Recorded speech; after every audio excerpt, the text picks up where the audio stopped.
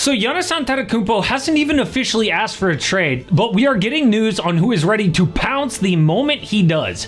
Shams even canceled his summer plans, making a very bold statement. This offseason might be the most craziest ever. Most craziest ever. That's Holy shit. MCE.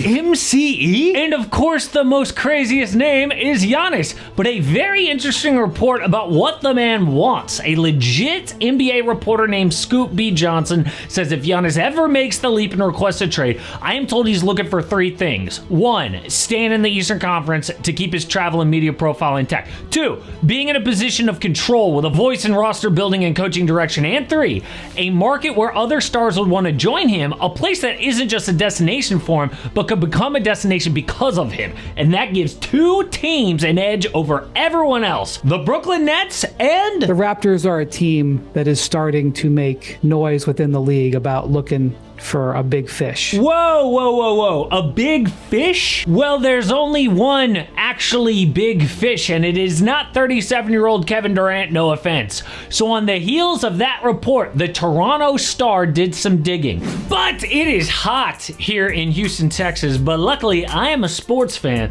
and we have an indoor baseball stadium here, so I get a handful of Astros games every single year.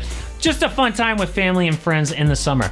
So the number one thing that I really need is air conditioning, but number 2, a close number 2, is a good deal on tickets, which is why I want to give the sponsor of today's video, SeatGeek, a huge shout out. With over 28 million downloads, SeatGeek is the number 1 rated ticketing app. There are more than 70,000 events listed on SeatGeek, including concerts, sports, festivals, and more.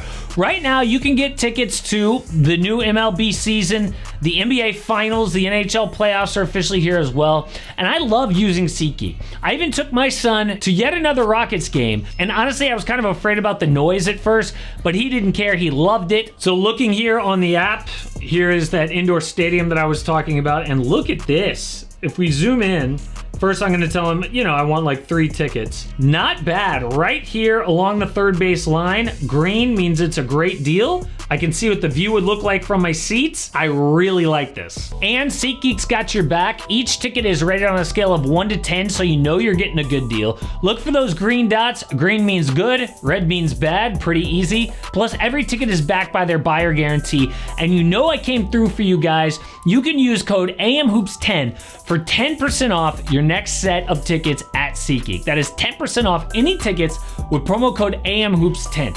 Make sure you click the link in the description to download the app and have the code automatically added to your account so that you can use it later.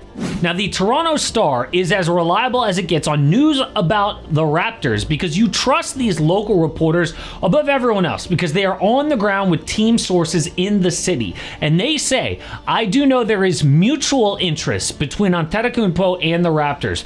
The wild card is cost. But I also think that the Raptors are uniquely placed to make an attractive offer that won't ruin their franchise or roster, which is key to all of this because Giannis doesn't want to go to some gutted team. This is all about championships. So what do the Raptors have to give up and how real is this? Well, first of all, the Raptors have a good thing going, okay? They've got young players. Why rush things? Because since losing Kawhi in 2019, they have been a mess. First, it was built around Pascal Siakam. That didn't work. Then they traded vets for young guys and have now missed the playoffs 4 out of the last 5 years. This is a proud franchise. What are we doing? What do they have to show for that, by the way? No big lottery luck like Dallas or San Antonio. The highest that Toronto has picked since Scotty Barnes is 13th for Grady Dick. All they got was Dick. And you know what the worst part is? This is the NBA of parity. 7 different champs in 7 years. This is the time to get good and take your shot. It's not like the mid-2010s where we had the KD Warriors and it felt like the champion was obvious before every season. No way, this is a big opportunity. And in the East, Boston's looking to dump salary with Jason Tatum injured. Cavs might trade guys. And Indy is the biggest finals underdog outside of the Cavs against those KD Warriors since 2014. Make a move. But hold on. If they want to win so bad, Didn't they just have the conference finals MVP on their team? And what about OG Anunoby? Looked pretty good on the Knicks. He was a Raptor. So was Fred VanVleet, who just took Houston to the 2 seed. All these guys were in Toronto. So why would Giannis feel good about a team that couldn't make that core work?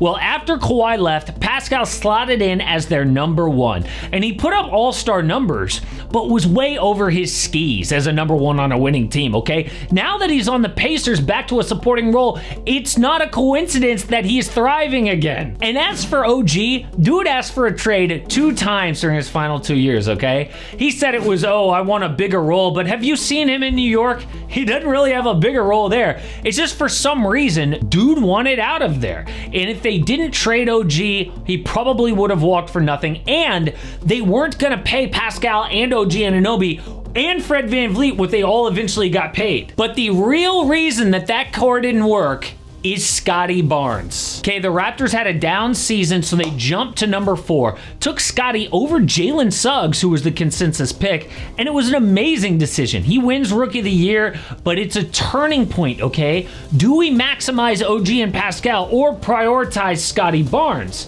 Like, were they willing to trade Scotty to give that Pascal OG team a real chance to win? No, they weren't willing to trade him, and why would they? A 6'7" badass rookie. But because they did nothing, that whole group never had a chance. So they traded their vets and eventually got back RJ Barrett, Emmanuel Quickley, Brandon Ingram, and Jacoby Walter, who are now the foundation of a Giannis trade package.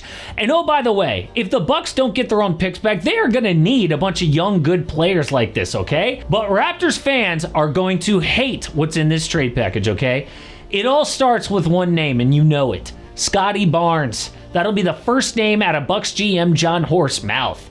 But is it such a bad thing? I mean, to have more depth around Giannis when he gets here, make sure that they keep Emmanuel Quickley for his shooting. And I mean, Giannis and Scotty aren't exactly a perfect fit, but is Masai actually that desperate?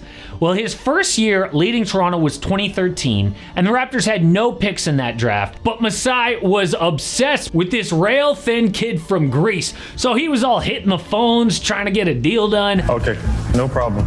Thank you. Bye-bye. No deal. Several teams said no, and the look on their faces hanging up the phone for the last time before Giannis went to Milwaukee says it all. They were devastated. And you know that has stuck with Masai all these years. He definitely has kicked himself a million times for not offering more undrafted. I mean, OKC was there for number 12 to get Giannis, and the package just wasn't good enough. So is he gonna lowball now? I mean, since that draft night, Giannis has done everything. MVPs, Finals MVP. In fact, he is so in his prime right now that he's been top 4 in MVP voting the last 7 years. All defense, defensive player of the years, whatever. So I know that fans love Scotty Barnes, but remember who you're trading him for, okay? So the deal is the Raptors get Giannis, the Bucks get Scotty, Jakob Poeltl, and control of 5 first-round picks, including number 9 this year. So that's control of 5 first and the best young player that Milwaukee's gonna get for Giannis. Now, the Bucks also would ask for RJ Barrett here. You know they would. They'd say, how about RJ and Scotty? But I think Masai would hold firm. Now, this team, the Raptors, are gonna need shooting. But the good news, they would still be $12.3 million below the first apron. So they've got a mid-level exception to use on a guy like, I don't know, Ty Jerome, who came close to a 50-40-90 season last year in Cleveland. Maybe a Keon Ellis, who shot 43% from deep on 6 attempts per 36.